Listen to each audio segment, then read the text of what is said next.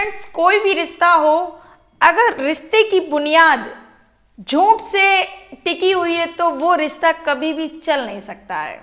अगर कोई रिश्ता झूठ से बन गया है, और आजकल सोशल मीडिया का ज़माना है, लोग पल पल पर झूठ बोलते हैं, फेसबुक, मैसेंजर, इन सब से दोस्ती करते हैं, सोशल मीडिया के द्वारा दोस्ती करेंगे और उसके बाद झूठ पे झूठ, झूठ पे झूठ, उसके बाद में दोस्ती हो जाती है।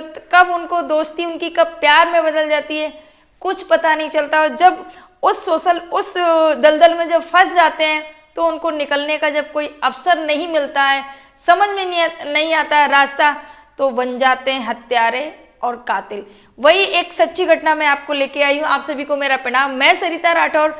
ये जो घटना है छत्तीसगढ़ की, प्रदेश जिला जो छत्तीसगढ़ है ना, उसका जो कबीरधाम है ना, वहाँ का जो जिला मुख्यालय है कवर्धा थाना का ये जो है शिक्षक कॉलोनी, तो वहाँ पर शिक्षक कॉलोनी में सारे, और वहाँ का जो एसपी ऑफिस है, वहाँ पास में ही सामने एसपी ऑफिस है। शिक्षक कॉलोनी की घटना है। एक घर में बहुत, सोसाइटी में पूरे में गंद बहुत आ रही थी। तो जब बहुत गंदगी, स्मेल आ रही थी, दुर्गंध आ रही थी, तो लोग समझ में नहीं आ रही थी कहाँ से ये दुर्गंध आ रही है। कुछ एक तो पड़ोसी, दूसरे पड़ोसी बोले आपके यहाँ से, बोले नहीं नहीं हमारे यहाँ से नहीं, पता नहीं कहाँ से आ रही है। जो एसपी साहब का ऑफिस होता है वहाँ पर भी पता किया जाता है कि ये आखिर दुर्गंध आ कहाँ से रही है, और जो एसपी साहब आ रहे होते हैं उससे पहले परफ्यूम डाल दिया जाता है कि स्मेल ना आए, दुर्गंध ना आए। लेकिन जब टाइम हो जाता है, शाम का टाइम होता है, जब एसपी साहब के जाने का समय होता है, तो बहुत ज़्यादा दुर्गंध आनी शुरू हो जाती है। जब बहुत ज़्यादा दुर्गंध, बदबू आ रही होती है, तो फिर पता किया कि आखिर ये बदबू आ कहाँ से रही है। जब सारे लोग सोसाइटी के एक साथ इकट्ठा हो जाते हैं और पता करते हैं कहाँ से ये स्मेल आ रही है, तो फिर देखा कि सारे सोसाइटी के तो घर खुले हुए हैं, एक ही घर है जिसमें लॉक लगा हुआ है, वहाँ से ये दुर्गंध आ रही है। तो सारे लोग इकट्ठे हो जाते हैं सोसाइटी में और पता करते हैं। पुलिस बुलाई जाती है और वहाँ पर बुलाने के बाद में जो लॉक है उसको तोड़ा जाता है।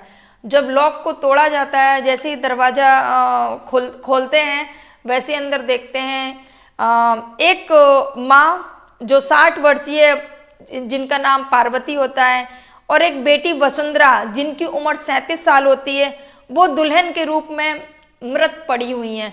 2 लाशों को जब देखा तो पूरे वहाँ पर हड़कंप मच गया कि यहाँ पर 2 कत्ल हो गए हैं। जब ऐसा हुआ तो लोगों से पूछा कि इनका कोई आना जाना, बोले कि नहीं, एक व्यक्ति कोई आता था इनके यहाँ पर, और एक व्यक्ति वो तो स्कूटी लेकर चला भी गया, स्कूटी से जाते हुए उसको देखा भी गया है। जब ये देखा गया, अब वो व्यक्ति को तो पता नहीं वो कौन था, क्योंकि पड़ोसी लोगों को नहीं पता था कि कौन आता था कौन जाता था। और वैसे ही बड़े बड़े शहरों में कोई किसी से कोई मतलब नहीं रखता, बस अपने घर से मतलब है, अपना दरवाज़ा बंद, कौन क्या पड़ोसी घर में क्या हो रहा है किसी को नहीं पता। तो जब पड़ोसियों से ने बताया कि स्कूटी से एक व्यक्ति आया था, वो चला गया, वो लॉक लगा के गया इनके घर से। जब उनको पता चला तो इनके जो फ़ोन थे, वो फ़ोन कॉल रिकॉर्ड इनकी चेक की, सीडीआर निकाले गए मोबाइल के। जब सीडीआर निकाला गया तो एक नंबर जो निकला, जो 114 किलोमीटर बिलासपुर की ये जगह है, सिरगिट्टी, वहाँ का कीर्तिनगर है, वार्ड नंबर 12, वहाँ का अश्वनी कुमार करके, अश्वनी कुमार पांडे, वहाँ वो नंबर निकला। तो फिर वहाँ पर पुलिस जाती है 114 किलोमीटर दूर, और अश्वनी कुमार के घर जब जाती है तो दरवाज़ा खटखटाती है, अश्वनी कुमार मौके पर मिल जाते हैं, और वो स्कूटी भी वहीं खड़ी होती है। जब स्कूटी भी मिल जाती है तो पुलिस वालों ने पूछा कि बताइए आप इन महिलाओं को कैसे जानते हैं, और ऐसे सब पूछा। तो वो इधर उधर बात को घुमाने की कोशिश कर रहे थे अश्वनी कुमार की, नहीं नहीं मैं ऐसे वो सब। लेकिन जब पुलिस ने कड़ी जांच के साथ में पूछताछ की तो अश्वनी कुमार ने सारा कुछ बता दिया कि मेरी ऐसे करके इनसे दोस्ती हुई थी। ये जो महिला है 37 वर्षीय वसुंधरा, मैं एक बार मोबाइल चला रहा था, फेसबुक पर देख रहा था, एक सुंदर सी लड़की आती है, और मैंने इनसे बात की। जब मैंने इनसे बात की तो मुझे बहुत अच्छा लगा बात करके, और फिर इनकी और मेरी दोस्ती हो गई। और जब धीरे धीरे दोस्ती हो गई और कब प्यार हो गया पता नहीं, एक दिन इन्होंने मुझे अपने घर पे भी बुलाया, क्योंकि बहुत ज़्यादा दूरी नहीं थी, 1 से 14 किलोमीटर दूरी थी। इन्होंने बोला कि आइए मेरे घर पे, मेरी मम्मी आपसे मिलना चाहती है। तो जब ये 1-2 बार वसुंधरा के घर पे गए तो वसुंधरा ने बोला, वसुंधरा को भी पसंद था लड़का और लड़के को भी लड़की पसंद थी। तो वसुंधरा की माँ ने बोला कि ऐसा है, आप दोनों शादी क्यों नहीं कर लेते हो, आप दोनों शादी कर लो, दोनों आप भी खुश हो वो भी खुश है, दोनों एक दूसरे को पसंद भी करते हो, एक दूसरे से प्रेम भी करते हो।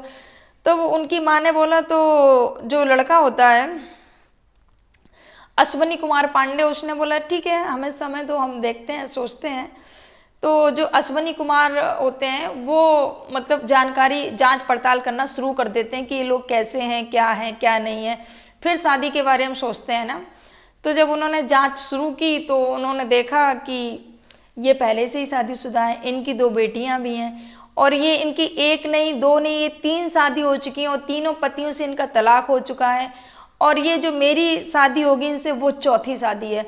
जब अश्वनी कुमार को जब ये बात पता चली तो पैरों के नीचे से जमीन खिसक गई। बोले ओहो, इतना बड़ा धोखा, मुझे तो आज तक नहीं बताया कि इनकी शादी हो गई है। क्योंकि ये जो वसुंधरा, इन्होंने कभी भी जिक्र नहीं किया कि मेरी 2 बेटियां हैं या मेरी शादी हो चुकी है, मैं तलाकशुदा हूं, ये सब कुछ भी अश्वनी कुमार को नहीं बताए। एक झूठ के उस पर एक रिश्ता ये जो चल रहा था और जिसका ये अंजाम हुआ फ्रेंड्स। तो ये माँ बेटी दोनों लोग बहुत ज़्यादा प्रेशर डाल रहे थे। तो एक दिन वो जाते हैं कोर्ट में भी पता करते हैं कि हम कोर्ट मैरिज कर लेंगे। तो जाते हैं कोर्ट में, वहाँ पर पता करने के लिए, जब वहाँ पता करने के लिए जाते हैं तो अश्वनी कुमार ज़्यादा टाल रहे थे कि जैसे भी हो सके धीरे धीरे करके पीछा छूटे और बात करना भी कम कर दिया था अश्वनी कुमार ने। जब अश्वनी को पता चला कि ये मतलब ये लोग सही नहीं, ये महिला सही नहीं है, उसकी माँ भी सही नहीं है, क्योंकि इन लोगों ने सरासर झूठ बोला है। जब अश्वनी कुमार को ये पता चल तो जब बात करना कम कर दिया तो ये लोग प्रेशर डालने लगे दोनों पे और रिपोर्ट भी लिखाने लगे थाने में जाके कि देखिए ये करके लड़का है और इतने दिन से मेरी बेटी से बात कर रहा है और ये शादी नहीं करना। तो पुलिस वालों ने बोला कि भैया क्यों, क्या दिक्कत है, शादी कर लो, दोनों लोग जब उम्र तुम्हारी भी है और एक दूसरे को प्रेम भी करते हो, जानते भी, अब कैसे धोखा दे रहे हो, शादी तो करनी पड़ेगी। जब पुलिस ने भी बोला शादी करनी पड़ेगी तो फिर ये भाई मजबूर हो गए। अश्विनी कुमार बोले ठीक है मैं शादी करूँगा, शादी के लिए भी रेडी हो गए। फिर एक दिन माँ बेटी ने बुलाया घर पर। जब माँ बेटी ने घर पे बुलाया तो ये अश्वनी बोलता ठीक है कि चलो हम आज शादी करेंगे और चलो तुम्हें पार्लर, चलो तैयार हो जाओ दुल्हन। तो ये क्या करता है कि पार्लर जाके वसुंधरा को पार्लर पर छोड़ देता है कि तुम दुल्हन बनो और यहाँ सजो, उसके बाद में हम शादी रचाएंगे।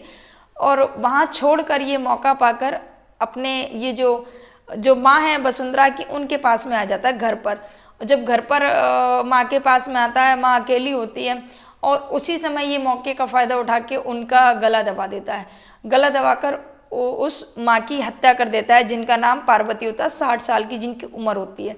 जब उनकी हत्या कर देता है ये, उसके बाद में फिर से ये लॉक लगा के वसुंधरा के पास जाता है और वसुंधरा के पास जाता है और वसुंधरा को पता भी नहीं चलने देता कि ऐसे ऐसे करके मैंने तुम्हारी माँ की हत्या कर दी है।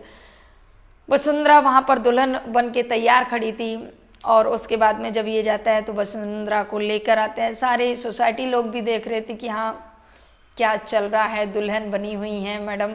उसके बाद में जब ये घर में जैसे ही लॉक खोलता है, घर में अंदर आती है वसुंधरा और ये अश्वनी भी आता है तो देखती है वसुंधरा की माँ की हत्या कर दी है, माँ की मृत्यु हो चुकी है। जब वसुंधरा देखती है तो चिल्लाने लगती है, चीखती है।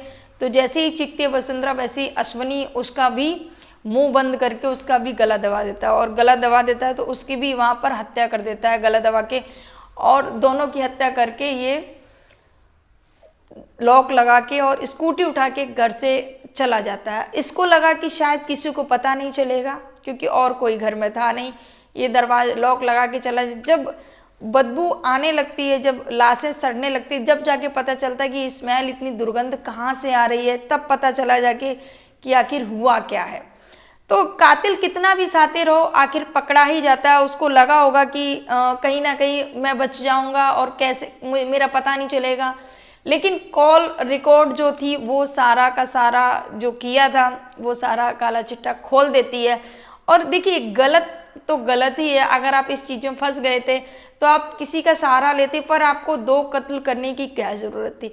अब स्पष्ट बोल देते कि आपने झूठ बोला था, अब मैं नहीं करना चाहता हूँ शादी। क्योंकि जो कुछ रिश्ते, मुझे लगता है अगर किसी रिश्ते में आप जाना चाहते हैं तो उसकी शुरुआत सच से करनी चाहिए, झूठ से नहीं। क्योंकि झूठ की बुनियाद पे रखे गए रिश्ते कभी नहीं चलते हैं। क्योंकि जब आपका झूठ पता चलेगा तो सामने वाले का जो दिल टूटेगा वो सामने वाला ही समझ सकता है कि उस पर क्या बीतती है जब सच का पता चलता है। तो ये जो कातिल कितना भी सातिर हो, पकड़ा जाता है फ्रेंड्स। और जैसे ही इन्होंने पुलिस को सारे बयान दिए, पुलिस इनको अरेस्ट करके, इनको चार्जशीट करके इनको डलवा देती है जेल में। और फ्रेंड्स देखिए आगे क्या होता है इनके साथ में, जो भी होगी कड़ी कार्रवाई होगी, क्योंकि इन्होंने 2 कत्ल किए हैं। लेकिन यहाँ पर ये जो हुआ है, आपकी इस पर क्या विचारधारा, आपकी इस पर क्या कमेंट है फ्रेंड्स, जरूर अपने कमेंट और अपनी विचारधारा व्यक्त करिएगा। ये स्टोरी जो सच्ची कहानी सुनाने का उद्देश्य मेरा किसी को आहत करना है, किसी को परेशान या किसी को दुख पहुंचाना नहीं था, बस आपको जागरूक करना था। क्योंकि सोशल मीडिया का ज़माना चल रहा है फ्रेंड्स, हम बहुत जल्दी दूसरों पर विश्वास कर लेते हैं। लगता है कि हम सच बोल रहे हैं, सामने वाला भी सच बोल रहा है। ये सोशल मीडिया का ज़माना है फ्रेंड्स, इतनी जल्दी कभी भी किसी पर विश्वास मत करना और सचेत रहिए, जागरूक रहिएगा। जय हिंद, जय भारत। अपना ध्यान रखिए, अपने अपनों का ध्यान रखिएगा। नमस्कार। और अगर मेरी बात अच्छी लगे तो वीडियो को लाइक और सब्सक्राइब जरूर कर देना। जय सिया राम।